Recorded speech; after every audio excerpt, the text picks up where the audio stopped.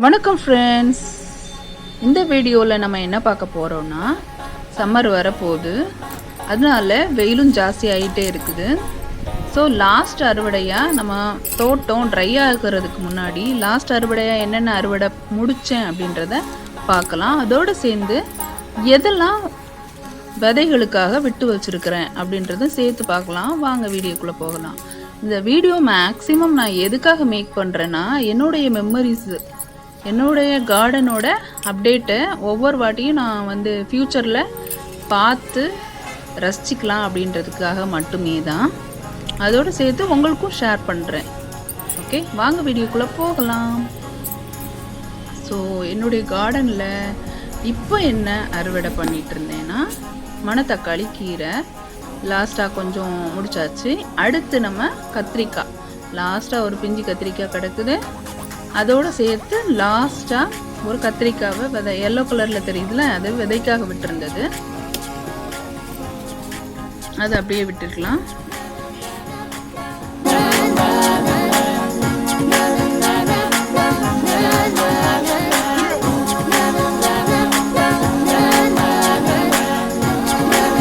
நம்ம பறிக்க போகிறது என்னன்னா, கொடியில் வளர்கிற சொரக்காய். நம்ம டெரஸ் கார்டனில் மேக்ஸிமம் சொரக்காய் குட்டியாக தான் நம்மளுக்கு கிடச்சிருக்கு. ஆனால் இந்த வாட்டி பாருங்கள், பெரிய பெரிய சொரக்காய் 2னா 3 சொரக்காய் நம்மளுக்கு கிடச்சிதுங்க. ஸோ அதில் சின்ன சொரக்காவை நான் பறிச்சுக்கிட்டேன். ஆனால் பெரிய சொரக்காவை சீடுக்காக விட்டுருக்கேன். பாருங்கள், பெரிய சொரக்காய் மேலே கிடக்குது.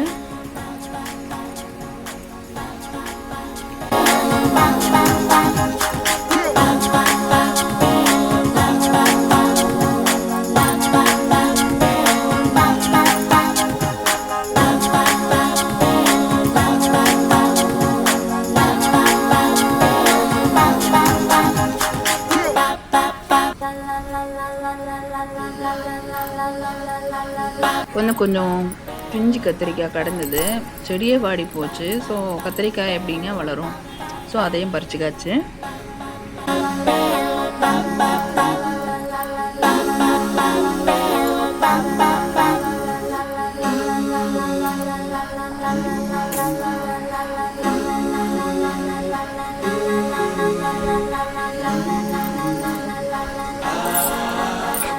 கொஞ்சம் அவரைக்காய்களையும் பறிச்சுக்கலாம். அதோடு சேர்த்து சப்ஜா சீட்ஸ், அதாவது துளசி மாதிரி இருக்கக்கூடிய பச்சிலை இருக்குல்ல, அந்த பச்சிலையிலேருந்து சப்ஜா சீட்ஸுக்காக கொஞ்சம் காஞ்ச சீட்ஸ் எல்லாத்தையும் கலெக்ட் பண்ணிக்கிட்டேன். டெரஸ் கார்டனுக்கு பின்னாடி, அதாவது பின் சைடு, வீட்டு பின் சைடில் முருங்கை மரம் மண்ணில் வச்சுருக்குறோம். அது ஹைட்டாக வளர்ந்து எவ்வளோ முருங்கைக்காய் காய்ச்சிருக்குது பார்த்தீங்களா? அப்படியே உருளியில் போடுறதுக்கு பூக்கள், சங்குப்பூ ஒயிட் கலர் பறிச்சாச்சு. ப்ளூ கலர்லாம் பறித்து டிஸ்போஸ் பண்ணிட்டோம். இப்போ எனக்கு ப்ளூ கலர் தேவைப்படுதுங்க. அதோடு சேர்த்து அடுக்கு சங்குப்பூ கிடைச்சா நல்லாயிருக்கும் அப்படின்னு நினைக்கிறேன். ஸோ சீடை கலெக்ட் பண்ணலாம். எங்கேயாவது போகிறப்ப நம்ம ஃப்ரெண்ட்ஸ் கிட்ட ஏதாவது கேட்டு வாங்கிக்கலாம் அப்படின்னு நான் நினச்சிக்கிறேன். ஸோ உருளியில் பூ கலெக்ட் பண்ணிகிட்டு இருக்கிறேன். பாருங்கள்,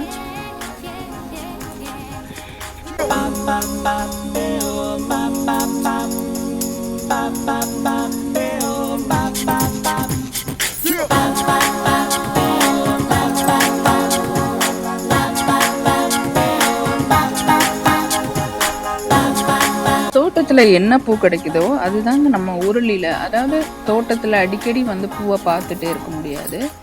ஸோ அது செகண்ட் ஃப்ளோரில் இருக்கிறதுனால மேக்ஸிமம் பூ செவ்வாய் வெள்ளி மற்ற நாள்லாம் பறிச்சிடுவேன்.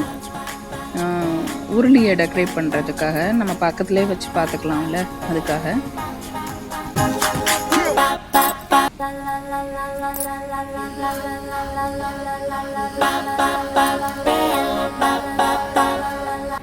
ஸோ கொஞ்சம் பிரண்டை குருத்துகளையும் பறிச்சுக்கிட்டாச்சு.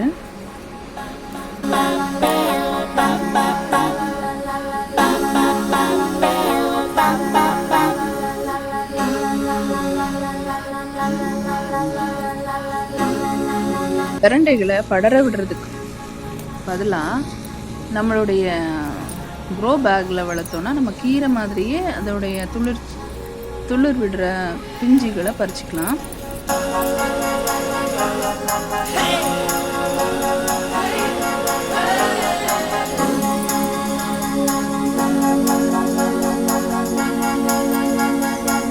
ஒரு சின்ன அட்வைஸ் என்னென்னா, நம்ம க்ரோ பேக் வாங்குறதுக்கு பதிலாக நம்ம தண்ணி கேனையே வாங்கிடலாங்க 20 ரூபாய்க்கு. நம்ம க்ரோ பேக்கை வந்து டைரக்ட் சன்லைட்டில் வச்சோன்னா 1 வருஷம் கூட தாக்கு பிடிக்க மாட்டேங்குது. 6 மந்த்லேயே இது வந்து இதாகிடுது, கிழிஞ்சு போயிடுது. ஸோ நீங்கள் மேக்ஸிமம் வந்து க்ரோ பேக் தான் இருக்குது அப்படின்னு நினச்சிங்கன்னா நீங்கள் ஷேட் நெட் போட்ட ஷேடில் வைக்கிறதுக்காக நீங்கள் யூஸ் பண்ணிக்கலாம். அது வெயிட்லெஸ்னால ஓகே தான். ஆனால் டைரக்ட் சன்லைட்டில், அதாவது 3வது மாடி மொட்டை மாடியிலலாம் வைக்கிறதுக்கு நீங்கள் க்ரோ பேக்ஸை யூஸ் பண்ணாதீங்க. பிளாஸ்டிக்ஸை யூஸ் பண்ணிக்கோங்க. அதுவும் பெயிண்ட் பண்ண பிளாஸ்டிக்ஸை யூஸ் பண்ணிக்கோங்க. பிளாஸ்டிக் வாட்டர் பாட்டில் ஆர்ஓ கேன்ஸை நம்ம பழைய கடையில் கிடைச்சா வாங்கிக்கலாம். பாருங்கள், சன்ஃப்ளவரோட தங்கச்சி மாதிரி இருக்கக்கூடிய இந்த ஃப்ளவர் எவ்வளோ அழகாக இருக்குது பாருங்கள். எங்கள் தோட்டத்தில் புதுசாக பூத்துருக்கு, புது வரவுன்னு சொல்லலாம். ஸோ ஆனால் பெரிய மரம் மாதிரி ஹைட்டில் போய் தாங்க பூக்குது.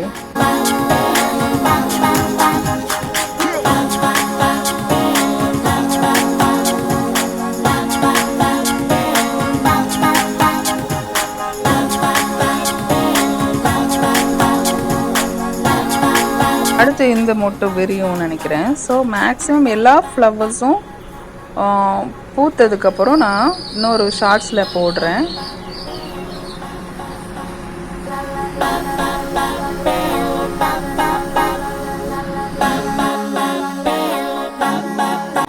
இந்த வெண்டைக்காவும் நம்ம சீட்ஸுக்காக விட்டுக்கலாம். ஸோ ஒரு கத்திரிக்காய், வெள்ளை கத்திரிக்காய், வயலட் கலர் கத்திரிக்காய், ஒரு வெண்டைக்காய், ஒரு பெரிய சொரக்காய் சீட்ஸுக்காக விட்டுருக்குறோம். பாருங்கள் எவ்வளோ பெரிய முருங்கை மரம். இந்த முருங்கை மரத்துலேருந்து அடிக்கடி நிறைய காய்கள் எடுத்துக்குவோம். ஸோ பூக்களும் எடுத்து பொரியல் பண்ணிக்கலாம். முட்டை போட்டு ஃப்ரை பண்ணால் நல்லாயிருக்கும். இதுதான் இந்த பர்பிள் கலர் கத்திரிக்காய். இதுவும் சீடுக்கு தான் விட்டுருக்குறேன்.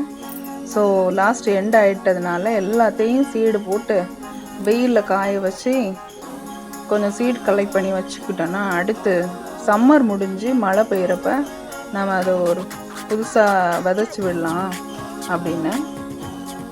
ஸோ சீட்ஸ் எடுக்கணுன்னா நம்ம தோட்டத்து செடியிலேயே லாஸ்ட்டாக விட்டுடணும்.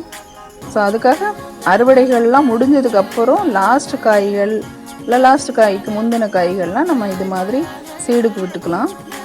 ஏன்னா மேக்ஸிமம் அந்த காய் வந்து நிறைய வாட்டர் எடுத்துக்கும். ஸோ புதுசாக காய்கள் பூக்கள்லாம் பிஞ்சு விடாமல் பார்த்துக்கும். அதனால தான் ஸோ லாஸ்ட்டாக விதைக்கு விடுங்க. இது ஒரு போன்சாய் மரம் மாதிரி அரச மரத்தை வளர்க்குறேன். ஆலமரம், ஆலுவிலை தானே? எஸ், ஆலமரமாக அரச மரமாக ஒரு டவுட்டாக இருக்குது. இது வந்து கட் பண்ணி ஒரு போன்சாயை வளர்க்கணுன்னு ஒரு ஆசை. அதுக்காக ட்ரை பண்ணிட்டுருக்குறேன்.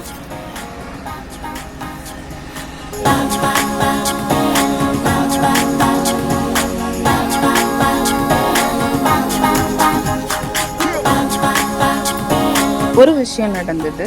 நம்மளுடைய வாட்டர் டேங்க் மேலே விட்ட முல்லைக்கொடிக்கு மேலே ஒரு இதோடு சேர்த்து பாம்புகள்லாம் வர ஆரம்பிச்சிருச்சுங்க.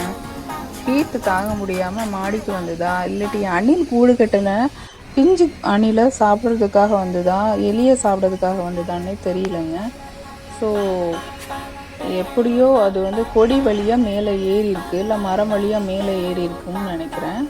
ஸோ கார்டன் எப்போவுமே க்ளீனாக தான் அங்கே இருக்கும். சுற்றி கீழே உள்ள கார்டனுமே க்ளீனாக தான் இருக்கும். ஆனால் எப்படி தான் அது மேலே வந்ததுன்னு தெரியல. ஸோ அந்த பாம்புகள் வந்திருக்குது. அதோடு எங்கள் கார்டனில் குளவிகள்லாம் கெட்ட ஆரம்பிக்குது. கப்பு இந்த மாதிரி இடத்துல ஒளிஞ்ச இடங்களில் கெட்டுறதுனால அது வந்து கொட்டுறப்ப நம்மளுக்கு வலிக்கும்ல. ஸோ அது மாதிரி விஷயங்கள்லாம் இருக்குது. அதெல்லாம் ரிமூவ் பண்ணணும்.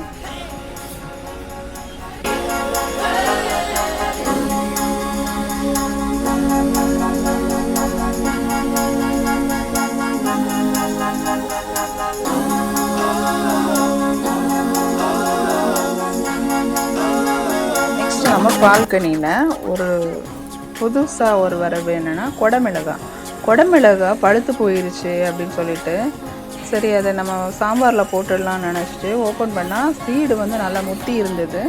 ஸோ ரெட் கலரில் இருந்த அந்த குடமிளகாய், ஆக்சுவலாக நம்ம க்ரீன் கலர் குடமிளகாய் தான் வாங்குவோம். அது கொஞ்சம் ரெட்டாக மாறி பழுத்த உடனே அந்த சீடை எடுத்து காய வச்சு போட்டு பார்த்தேங்க, சூப்பராக நம்மளுக்கு குடமிளகாய் வருது. ஸோ நீங்கள் குடமிளகாய் சீடு கூட இந்த மாதிரி நீங்கள் கலெக்ட் பண்ணலாம், ட்ரை பண்ணி பாருங்கள். அப்படி தான் நான் க்ரியேட் பண்ணது இந்த குடமிளகாய்.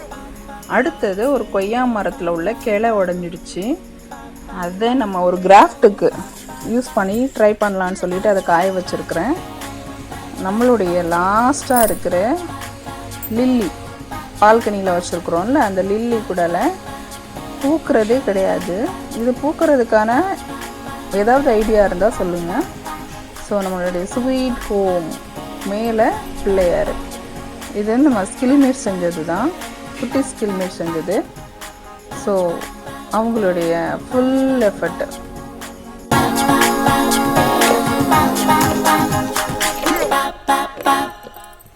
எல்லா அறுவடையும் எடுத்தாச்சு, ஃப்ரிட்ஜில் வச்சிடலாமா? இது மாதிரி ஃப்ரிட்ஜ் பாக்ஸு ஹோல் உள்ள ஃப்ரிட்ஜ் பாக்ஸில் நம்ம ஸ்டோர் பண்ணிக்கலாம். ஸோ நம்மளுக்கு எப்போ நம்மளுக்கு தேவையோ அப்போ எடுத்து நம்ம அதை வந்து சமைச்சிக்கலாம். ஸோ ஃப்ரிட்ஜுக்குள்ளே வச்சாச்சு. எப்போவுமே நம்ம ஃப்ரிட்ஜுக்கு மேலே, அதாவது உணவுப் பொருட்கள்லாம் ஸ்டோர் பண்ணுறதுக்கு மேலே அன்னபூரணியை வச்சு சாமி கும்பிட்டா ரொம்ப நல்லதுன்னு சொன்னாங்க. ஸோ அன்னபூரணியை மேலே வச்சுருக்கிறேன். அதுலேயுமே 3 பானைகளில், ஒன்று அரிசி, ஒன்று உப்பு அண்ட் இன்னொன்று வந்து காசுகள் போட்டு சாமி கும்பிடணும்னு சொன்னாங்க. அதனால் அப்படி வச்சுருக்கிறேன். ஸோ நம்ம கலெக்ட் பண்ண ஃப்ளவர்ஸ் எல்லாத்தையும் உருளியில் டெக்கரேட் பண்ணியாச்சு. அடுத்து நம்மளுடைய பனங்கிழங்கு ரெடியாக இருக்குது, அதையும் வைக்கணும். நம்ம சின்ன சின்ன கிராஃப்டை அடிஷ்னலாக செய்வோம் வீட்டில் சும்மா இருக்காமல், அதுதாங்க இதெல்லாம்.